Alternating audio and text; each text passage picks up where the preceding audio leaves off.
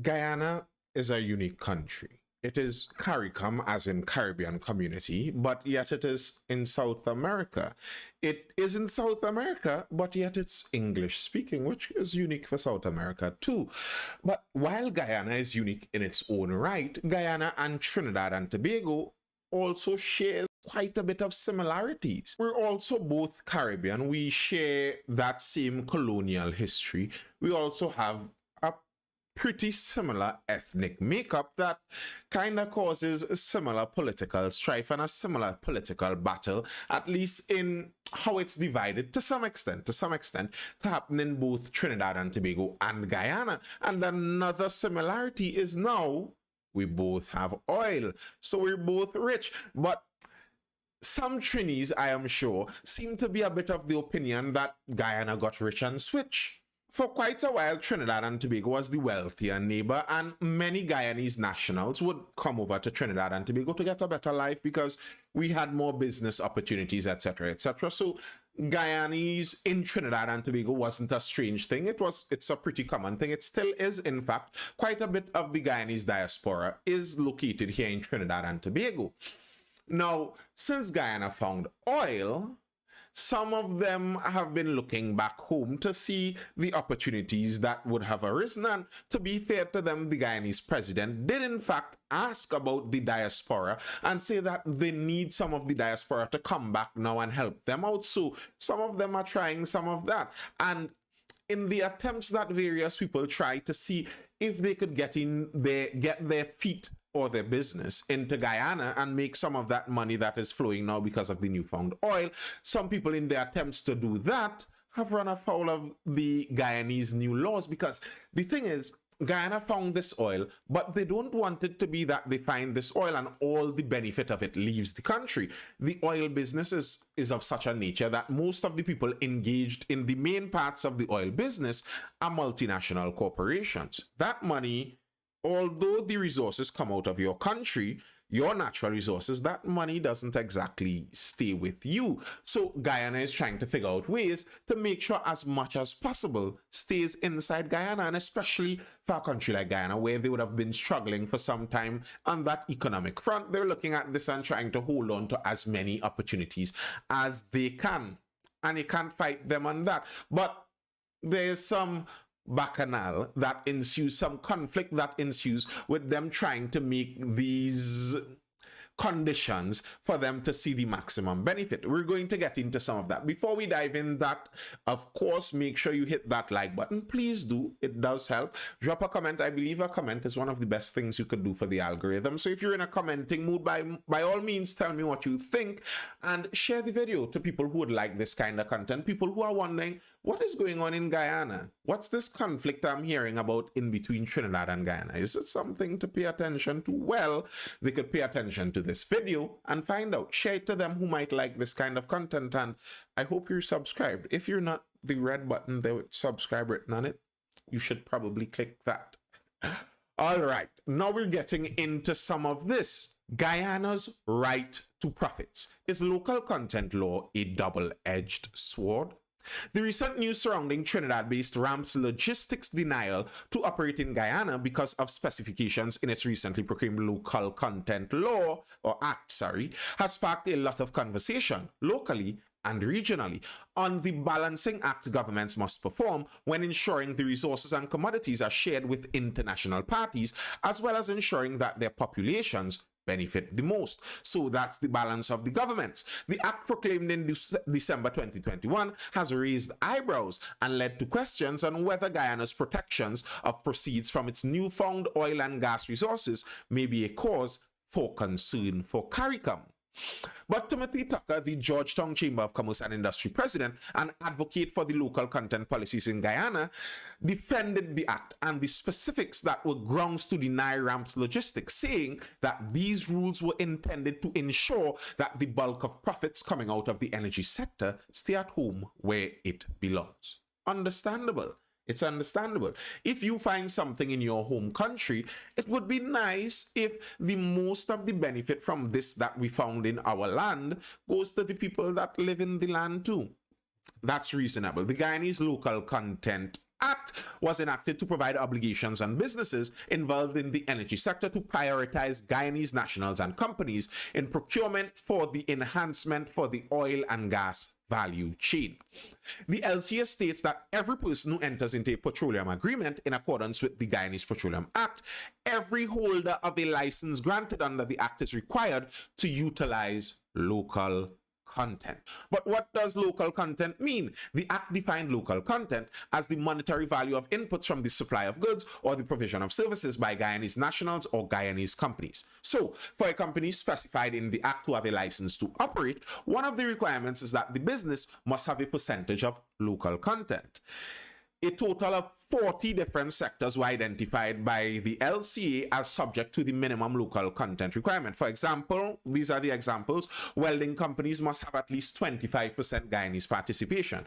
If you go down to Guyana to participate in the oil and gas sector with a company that provides welding capabilities, at least 25% of the company must be Guyanese. Onshore pipe sandblasting requires 30%. Onshore construction work for buildings requires 50%. Food supply and administrative support requires 75%. And I remember I did this in either a previous video or a previous live, and some of these are really reasonable and you could understand them. They're variable for a reason. So 100% is customs brokerage, or 100% is people transport, the movement of people on the ground in Guyana. And I could understand this. If you're talking about transporting people, Guyanese locals could do this. Now, as if you're talking about making sure this industry operates optimally, you would want to make sure that companies with specialties are able to engage in areas that require specialties. So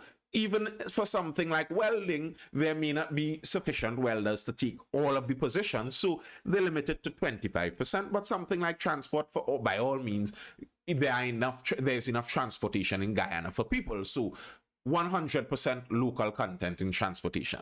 Understandable. The LC also requires that a Guyanese national must also be a beneficial owner for the company to be granted a license to operate in the specified subsectors in the energy sector. That national must have a 51% beneficial ownership in the company. The executive board of the company must also be 75% Guyanese. So you must have at least over half ownership by Guyanese, and at least 3/4 of the senior executives in the company must also be Guyanese. Law firm, could this be a problem for CARICOM? In March, Miguel Vasquez, senior associate in Hamilton and Company's taxation and dispute and risk management groups, raised questions on whether the LCA, while protecting the interests of the Guyanese people, could hinder the country's ability to meet its regional obligations and commitments in a blog post on the company's website. So what people are basically questioning is, the fact is, CARICOM, the Caribbean Community, was an agreement that was signed on to. The treaty was signed in 1973 in Barbados. So there are agreements involved in it, and part of the agreements allow for some free trade and some free movement among CARICOM members. The act was compared to the TT's, Trinidad and Tobago's Foreign Investment Act, which also subjects foreign investors to restrictions and requirements when it comes to the acquisition and holding of land shares. However, CARICOM member states, nationals, and companies are not included in those requirements. So CARICOM nationals could invest in Trinidad and Tobago by passing that Foreign Investment Act. That exception is not carved out in the Local Content Act out in Guyana. However, to be fair, the Local Content Act is not involved in every area subcategory in the oil and gas sector. There are many areas that are still free for people to work on, for foreigners to enter and make how much money they can in such sectors. But there are some sectors that do require it. And that's where this whole problem with Ramps Logistics came in. You see, Ramps Logistics is a Trinidad-based company, Trinidad-founded company, Trinidad-owned company that does logistical work. They ship stuff, they bring import, export, supply chains, etc., figuring out how to work supply chains. That's very important for the oil and gas sector. That's their specialty. They do that. They've been operating a Guyanese branch in Guyana since 2013, I believe. Now, since the oil and gas sector came in, they were there before the oil and gas sector, to be fair with them. They were operating there before that. Since the oil and gas sector blew up, they now have extra jobs, extra money. However, they were rejected that local content certificate. They weren't allowed to get it. And they had some problems with that because they were saying, one, we were here a little while, we were providing work for local Guyanese, and we think we met the stipulations. Slapped with $20 million fine, Ramps Logistics breached and bypassed local systems. Now, this is an article, these several articles I'm going to go through here is coming out from Guyana, and I found some of the information very interesting. It's interesting that as soon as Ramps Logistics made this complaint, some information started being released about some of their work in Guyana. Hours after Ramps Logistics, a Trinidadian company offering full-service supply chain management in Guyana, denied manipulating local systems, it has come to the fore that the company is currently facing a multi-million-dollar fine for its breach and bypass of systems at the Guyana Revenue Authority. High-level sources have told the newsroom that a few months ago, the company was fined $20 million by the GRA for breach of its customs regulations as attempts were made to bypass the safeguards put in place. This revelation was made, listen to this revelation was made 1 day after Ramps Logistics published a decision by the Local Content Secretariat to deny its application for a local content certificate. Isn't it curious that 1 day after Ramps Logistics came out public with the fact that we applied for a certificate, we think we met the stipulations, and we are not being allowed to get one. 1 day after they came out with that, a high-level source started supplying information to the newsroom. Now, I read the same article in different publications in Guyana, and all of them say the same thing: high-level sources, senior officials, etc. So Ramps Logistics director came out to complain, and as soon as he did, it seems like someone inside of the Guyana government decided to do a little fire back there and make it public that they have been under investigation. This investigation, by the way, happened since January. This isn't something that is fresh off the burner. This is since January, but the information was only just released. How conveniently interesting. Head of the now divested Trinidad-owned company, Sean Rampersad, revealed on Wednesday that following the enactment of the Local Content Act in December 2021, the company sold 51% of the company to a Trinidad-born businessman, Deepak Lal, who has Guyanese parentage, with the sole intention of qualifying to be on the register. Many persons have rejected the move to use a Trinidadian with decades-old Guyanese heritage to satisfy the requirement in the law as fronting or rent a citizen arrangement. Sources within the business community say it is a clear attempt to find ways around the law that will have to stand legal scrutiny. In addition to the 51% ownership, the law also stipulates that Guyanese nationals, as we said before, must hold 75% of executive and senior management positions and at least 90% of non-managerial other positions. And by its own admission on Thursday, the board of directors of Ramps Logistics comprise 3 Guyanese, including Lal, and 2 foreigners. So 3/4 would mean 3 to 1. Oh, sorry, 3 to 1. 3/4 would mean. And Ramps Logistics seems to have 3 to 2 out of their 5 board members. So it's not 75%. That's part of what the paper is saying. And they are complaining about the fact that they find Ramps is seeming like they're trying to wiggle their way around the stipulations here. Because what Ramps Logistics did is they found a businessman in Trinidad and Tobago who was born in Trinidad and Tobago. However, his father and grandparents are Guyanese, born in Guyana. And he recently went and got his Guyana passport to be a Guyanese citizen too. Now, you could consider that as a technicality, but technicalities abound in the legal framework. So, as many people have hinted already, this may be something ultimately, as more people attempt to do what they attempt to do, ultimately it may be something that may have to be figured out in the courts. Another article, this time from Demerara Waves, Rams Logistics Guyana government differ on reasons for refusing local content certification, because that's part of the problem. If they didn't get the local content certification, part of their complaint is they're not being told as to why they are not getting that certification. If you are not being told why, then you can't even rectify it. You can't even make the changes that may need to be done for you to be able to get in there. And if you are already doing business there, that you stand to lose money if such a thing happens. You are already functioning here.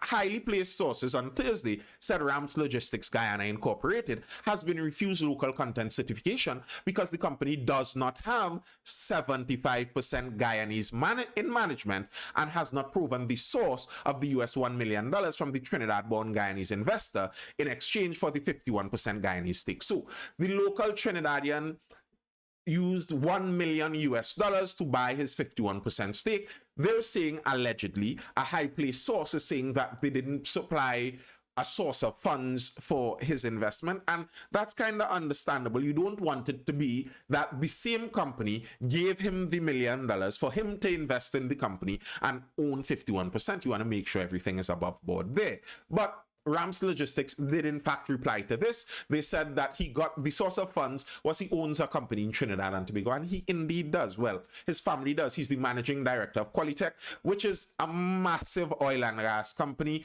that you wouldn't say US 1 million would be out of their reach. So at least that part with the source of funds, according to Rams, has already been answered. But chairman of Rams Logistics Guyana Incorporated, Sean Rampersad, said there are only 2 non-Guyanese in management. 3 of the 5 board of directors are Guyanese, and overall the company employs 400 persons. In documents released to the media and reportedly submitted to the local content secretariat, the company said 89% or 17 of the 19 persons in senior management are Guyanese. Now, this seems to be a little discrepancy that I am not sure of. I never read the Guyanese Local Content Act, so I'm not sure how they stipulate this. But Ramps is saying 17 out of the 19 in senior management are Guyanese. So that's over the 75%. However, some locals are saying if 3 out of your 5 board of directors are Guyanese, that is not over the 75%. So is it that the board of directors itself has to be over the 75% level, or is it just senior management and that would be fair enough? I guess they would find out. Though no reason has been provided for refusing to certify Rams Logistics, the source said that the company would eventually get it. But Mr. Rampersad said his company was faced with stone-cold silence. He warned that if the local content secretariat fails to give a reason for not granting the certificate as a last resort, the courts are open to redress, but I hope it doesn't get to that. Rams has also already dispatched letters from its lawyers to Minister of Natural Resources, Vikram Bharat. Now, I found an interesting tidbit at the bottom here. Rams is saying they got no reason as to why they were denied. That I believe that may actually be their biggest grouse. Not the fact that they were denied, but you didn't even tell us why we were denied. So it's not like we could say, okay, that's fair enough, or we could change something here. We could make a little tweak to allow our business to continue. They say they have over 400 people employed, and they're not looking to lose those employees. And the 400 people employed are Guyanese, majority of them. So they don't want those Guyanese to lose their jobs either. Now, an interesting tidbit I saw at the end of this article, pressed on how much the company could lose if it does not get local content certification, he said, I am not prepared to say.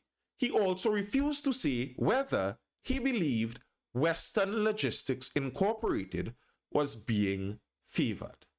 And I saw that there, that company name, and I thought, it would be interesting to see exactly what's up with this Western Logistics Incorporated.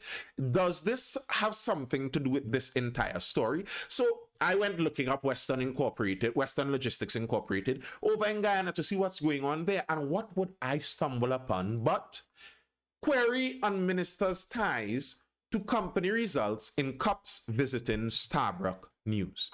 Indar accuses newspaper of stolen documents. An inquiry by Sunday Starbrook about the minister in the Ministry of Public Works, Deodat Indar's connections to a company, saw him accusing the newspaper of being in possession of stolen documents, leading to a visit by the police. Indar told the reporter last Tuesday he would make contact with the company, Western Logistics Guyana Incorporated, and that the police would visit the newspaper to find out where it got the documents from. And the police did indeed visit the newspaper, and the senior editor for the newspaper made a statement and all of that. But that's not my main interest there.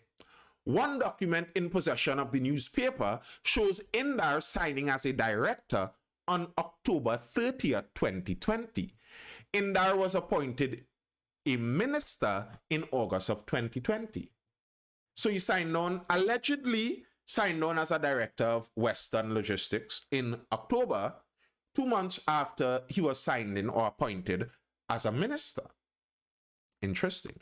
Indar said Western Logistics will receive no special treatment from him, as when he became a minister in 2020, he relinquished his directorship portfolio and responsibilities. The minister is insisting he is not a director there. I believe he said what he signed was he signed something to sign away his directorship. However, the document says something different. It's a he said, she said. Well, he said, document said different kind of thing. He also dismissed concerns that Western Logistics would be given preferential treatment because of past ties to him. He said that the company's competitors were attempting to undermine the company. Who is the company's competitors? Interesting. He said a minister in the Guyanese government is saying that the competitors to Western Logistics is attempting to undermine the company by linking it to him, a government minister. I am no way involved with the company. I'm not an owner of the company or an officer of the company. I resigned my position when I took public office, Indar said. Now, the documents still maintain going another direction, although the minister insists he is not culpable. Now, I don't know for sure. I suppose that's up to Guyana to investigate. But I just find that very interesting that one of the companies that are linked as the competition for ramps that is refused their ability to perform in the Guyanese local marketplace is linked to a government minister. And one of the problems that the Guyanese are seeing they are having with ramps in specific and several other foreign companies is the bundling of contracts, because they do logistics, and you could bundle all the logistic contracts into one contract, and then ramps gets the entirety of the contract. What some Guyanese locals are saying is their local companies may not have the capability to do a whole bundled contract, but they may have the capability to do several individual parts of the contract if it was split up and not bundled. So they're complaining that ramps is bundling in contracts there and they're taking away local work. So there is that friction going on over there. However, there seems to be some kind of rectification going out. An article from Guyana Chronicle on June 28th, ramps fails to meet requirements for certificate, but a change was made here a bit. Authorities request critical information from the company. Ramps Logistics Guyana on Monday disclosed that it was currently working to submit additional documents that have been requested by the local content secretariat. So it seems like the secretariat eventually told them what they are missing, and now they are working on supplying whatever documents they were missing to the secretariat so the issue can be solved. Now, I have a question. What do you think about that? Do you think that the Guyanese local content law in the first place, the Local Content Act, goes against the general grain of CARICOM, where in Trinidad and Tobago we welcome workers from all over the Caribbean to come here and even do business. And in Guyana they're saying, nope, we want our Guyanese nationals to get it. Is that not lining up with the CARICOM ideals? Or is it fair for Guyana to still want to, actually not the entire thing, they aren't cornering the whole market, just pieces of the market we retain for ourselves to try and keep some money. And in doing so, is it fair if members of the diaspora who went out, and the thing is, very likely members of the diaspora, there would be very wealthy members of the diaspora, there would be businessmen who during difficult times inside of Guyana would have left Guyana. the buyer of the 51% in ramps in Guyana, who is the new Guyanese citizen, his grandfather was a businessman in Guyana. He owned a gas station in Guyana. So he was a businessman. So there would be many members, in fact, of the Guyanese diaspora who may have access to a lot of capital. And if that is the case, they could come in there and invest and start up many companies. And if they are members of the Guyanese diaspora, they may not, in fact, invest the majority of the money that they earn back in Guyana. I am not sure how many wealthy members of the Guyanese diaspora will leave wherever they're living now and move back to live in Guyana as home. Many of them may not. So they may get citizenship and they may be able to bypass that, but it may still end up with the same result. And do you think that if you were a Guyanese, you would say that they still have to strike that down? That you want the law to be not just Guyanese citizenship, but the person must have lived on Guyanese soil for the last 20 years? You're going down to a kind of really authoritarian level. Do you really want a government stipulating that about jobs and work in a country? Drop a comment, tell me what you think. That's all I have for now. I hope you're educated, informed, or entertained. Hit that like button if you have not yet done so, or subscribe if you're not yet subscribed. And I will see you later.